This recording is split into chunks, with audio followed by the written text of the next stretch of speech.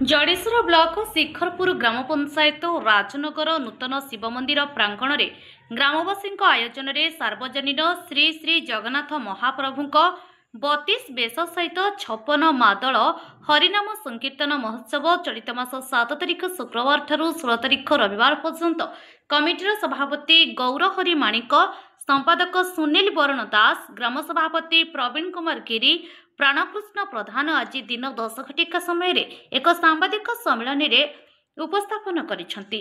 7 तारिख अपराह्न 3 घटिका समय श्री श्री जगन्नाथ महाप्रभु घट उत्तोलन और कलश यात्रा परे परे संध्या 6 घटिका समय श्री श्री जगन्नाथ महाप्रभु 32 बेसर शुभ उद्घाटन उत्सव और यज्ञांती कर्म हेबा सहित रात्रि 8 घटिका समय सांस्कृतिक कार्यक्रम और भोजन संध्या अनुष्ठित हेबो। प्रत्येक दिन प्रातः 5 घटिका समय मंगल आरती और संध्या 6 घटिका समय संध्या आरती सहित सांस्कृतिक कार्यक्रम और भोजन संध्या अनुष्ठित हेबो। 12 तारिख अपराह्न 3 घटिका समय 56 मादल महोत्सवर घट उत्तोलन परे परे संध्या 6 घटिका समय नाम संकीर्तन सह आरती मेली अनुष्ठित हेबो। 15 तारिख प्रसाद सेवन परे संध्या 6 घटिका समय नाम संकीर्तन विश्राम सहित दधी महोत्सव हेबो बोली सांबादिक सम्मेलन में ग्रामवासी प्रकाश करिसेंती। श्री सुनील बरण दास श्री जगन्नाथ 32 बेश एवं 56 मादल कमिटीर संपादक अटे। ये जो कार्यक्रम संपर्क मु मीडिया माध्यम एतिकी कहवाई चाहूँगी आमर जो प्रोग्राम 7 रु 16 तारिख पर्यंत होउची प्रत्येक दिन आमर सांस्कृतिक कार्यक्रम यथा भजन संध्या एवं प्रवचन कीर्तन होउची ता समग्र बालेश्वर अंचलवासी को मो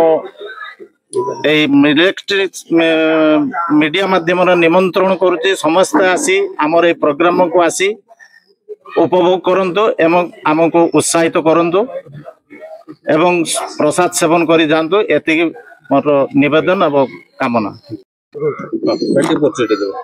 मो परिचय होची मु राजनगर एई 56 मादल 32 बेश कमिटीर सभापति गौरहरि माणिक। आज जो सांबादिक सम्मेलन करछंती कोन ए सांबादिक सम्मेलन करिवार महत्व उद्देश्य होची आज आमे जो पुरीर विकल्प को आमे एटी धाम भाव में परिणत करने को चाहूँ। तेणु ये जगन्नाथंकर नाम प्रचार प्रसार पाई आपण मानू आम आह्वान कौन रही कार्यक्रम विशेषत्व कौन कार्यक्रम विशेषत्व आमर 7 तारिख पाखर यही चलित मास 7 तारिख पाखर आरंभ हम 7 तारिख रु 16 तारिख जाए उद्यापन हम 7 तारिख रु 7, 8, 9, 10, 11 जाए प्रत्येक दिन सांस्कृतिक कार्यक्रम प्रवचन कथबार्ता भजन संध्या समस्त सांस्कृतिक कार्यक्रम रखा जाइछि।